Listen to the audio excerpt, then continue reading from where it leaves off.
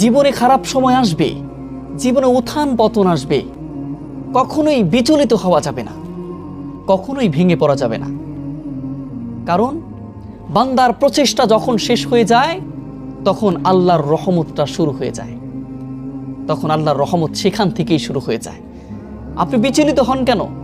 আল্লাহ তো নিজেই বলেছেন, ইন্নাল্লাহা মা'ানা, আমি আল্লাহ তোমার সাথে আছি, আমি আল্লাহ তোমার কাছে আছি, আমি আল্লাহ তোমার সব জায়গায় আছি, আমি তোমার প্রত্যেকটা স্থানে আছি।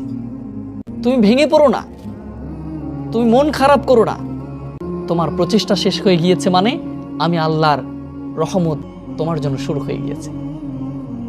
একজন কষ্ট দিচ্ছে, মন খারাপ করে থাকেন কেন?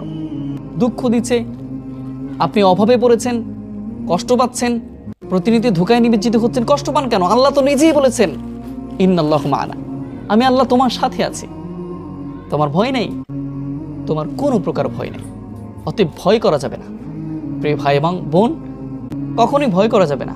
আল্লাহর প্রতি বিশ্বাস